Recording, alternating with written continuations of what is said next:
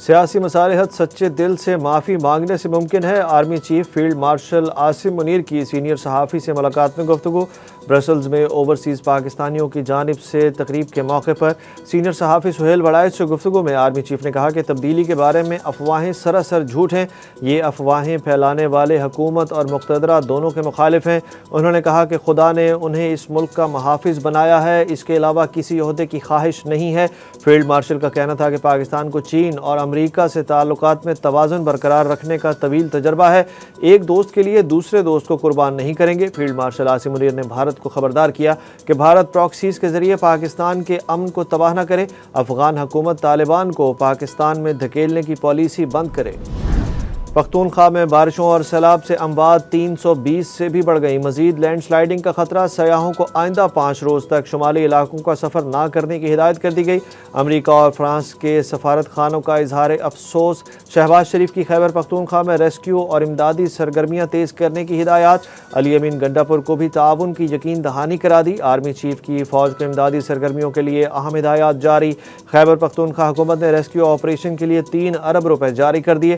وزیر اعلیٰ علی امین کا متاثرہ علاقوں کا دورہ۔ وزیر اعلیٰ پنجاب مریم نواز کا وزیر اعلیٰ خیبر پختونخوا سے ٹیلی فونک رابطہ، ہر ممکن تعاون کی یقین دہانی کرا دی۔ خیبر پختونخوا میں تباہ کن بارشوں سے جانی اور مالی نقصان پر نواز شریف نے بھی اظہار افسوس کیا۔ مونسون کا 7واں اسپیل زیادہ مضبوط ہوگا۔ پنجاب میں بھی شدید بارشوں کی پیش گوئی کر دی گئی۔ ترجمان پی ڈی ایم اے کے مطابق آئندہ 24 گھنٹوں میں شدید بارشوں کا امکان ہے اور بالائی پنجاب میں طوفانی بارشوں سمیت کلاؤڈ برسٹنگ کے خدشات ہیں۔ پنجاب کے دریاؤں میں پانی کی سطح بلند، کئی مقامات پر نچلے درجے کا سیلاب ہے۔ شہریوں کو ہدایت کی گئی ہے کہ دریاؤں، نہروں، ندی نالوں اور تالابوں میں ہرگز نہ نہائیں اور سیلابی صورتحال میں دریاؤں کے کناروں پر سیر و تفریح سے گریز کریں۔ ایک شخص کی دہشت گردی کی سزا پورے علاقے کو نہیں دی جا سکتی۔ ترجمان پاک فوج کی طلبہ سے خصوصی نشست۔ بلوچستان سے تعلق رکھنے والے طالب علموں کے سوالات کے جواب بھی دیے۔ D G I S P R lieutenant general Ahmed Sharif Chaudhry نے کہا کہ ہمارے ذہنوں میں یہ ڈال دیا جاتا ہے کہ بلوچستان کے عوام اور نوجوانوں میں پاکستان کے لیے کچھ پنپ رہا ہے، لیکن بلوچستان کے عوام پاکستان اور صوبے کے درمیان تعلق کو بہت اچھی طرح سمجھتے ہیں۔ فوج کی اس میں کوئی دلچسپی نہیں ہے کہ وہ دہشت گردی کے نام پر معصوم عوام کی جان لے۔ ان کا کہنا تھا کہ پاکستان تمام لسانی علاقائی چیزوں سے ہٹ کر کلمہ کی بنیاد پر قائم ہوا ہے۔ بلوچستان بھر میں امن و امان کے پیش نظر مزید 15 روز کے لیے دفعہ 144 نافذ۔ ڈبل سواری کے ساتھ موٹر سائیکل چلاتے ہوئے چہرہ چھپانے پر بھی پابندی ہوگی۔ صوبہ بھر میں ہر قسم کے اجتماعات 5 سے زیادہ افراد کی ایک جگہ جمع ہونے پر بھی پابندی لگ گئی۔ پابندی کا اطلاق 31 اگست تک ہوگا۔ سپریم جوڈیشل کونسل کا اہم فیصلہ پبلک کر دیا گیا۔ چیف الیکشن کمشنر سکندر سلطان راجہ، ارکان الیکشن کمیشن نثار احمد اور شاہ محمد کے خلاف 3 الگ الگ شکایات خارج کر دی گئیں۔ اعلامیے میں کہا گیا کہ سپریم جوڈیشل کونسل کے 8 نومبر اور 13 دسمبر 2024 کو اجلاس ہوئے تھے۔ اجلاس میں چیف الیکشن کمشنر کے خلاف شکایات کا جائزہ لیا گیا تھا۔ سپریم جوڈیشل کونسل کا اجلاس چیئرمین سپریم جوڈیشل کونسل اور چیف جسٹس پاکستان یحییٰ آفریدی کی صدارت میں منعقد ہوا، جس میں دیگر سینئر ججز نے شرکت کی۔ آن لائن جرائم کے خلاف بڑا اقدام۔ National cyber crime investigation agency کو جائیداد منجمد کرنے کے اختیارات حاصل ہو گئے۔ جائیداد منجمد کرنے یا بحال کرنے کے لیے ڈائریکٹر جنرل کی اجازت لازمی قرار دے دی گئی۔ National cyber crime investigation agency کے رولز کا نوٹیفیکیشن جاری کر دیا گیا۔ رولز کے مطابق NCCIA تحقیقات کے لیے بین الاقوامی اداروں سے معاونت لے سکے گی۔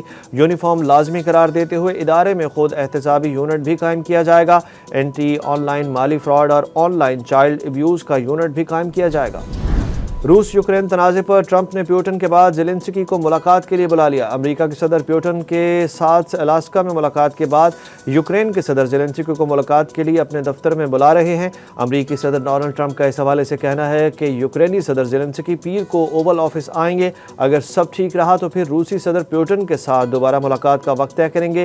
ڈونلڈ ٹرمپ نے کہا کہ روس یوکرین جنگ کا خاتمہ صرف امن معاہدے سے ممکن ہے، عارضی جنگ بندی نہیں، براہ راست امن معاہدہ ضروری ہے۔ ایک ہفتے کے دوران ملکی ذخائر میں 1 کروڑ 10 لاکھ ڈالر کا اضافہ ہوا۔ اسٹیٹ بینک آف پاکستان نے ہفتہ وار رپورٹ جاری کر دی۔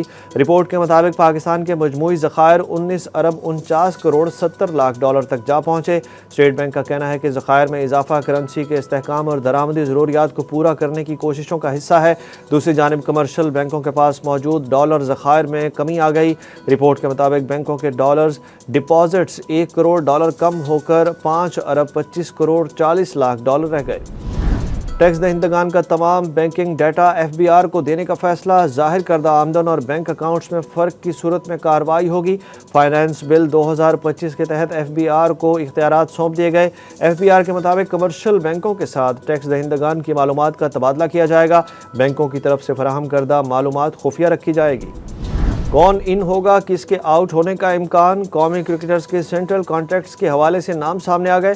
ذرائع کے مطابق coaches, director high performance, finance اور انٹرنیشنل ڈپارٹمنٹس کی سینٹرل کانٹریکٹ کے حوالے سے مشاورت حتمی مرحلے میں داخل ہو چکی ہے۔ چیئرمین PCB محسن نقوی کی منظوری کے بعد کانٹریکٹس کا اعلان ہوگا۔ یہ سینٹرل کانٹریکٹ کے 3 سالہ فائنینشل ماڈل کا آخری سال ہے۔ حسن نواز، محمد حارث، سفیان مقیم، حسن علی، فہیم اشرف اور فخر زمان کو سینٹرل کانٹریکٹ میں شامل کیے جانے کا امکان ہے۔ حسین طلعت، خوشدل شاہ، محمد نواز اور صاحبزادہ فرحان کے ناموں پر مشاورت جاری۔ دوسری جانب عامر جمال، محمد حریرہ، حسیب اللہ، عثمان خان اور محمد علی کا سینٹرل کانٹریکٹ میں جگہ بنانا مشکل ہے۔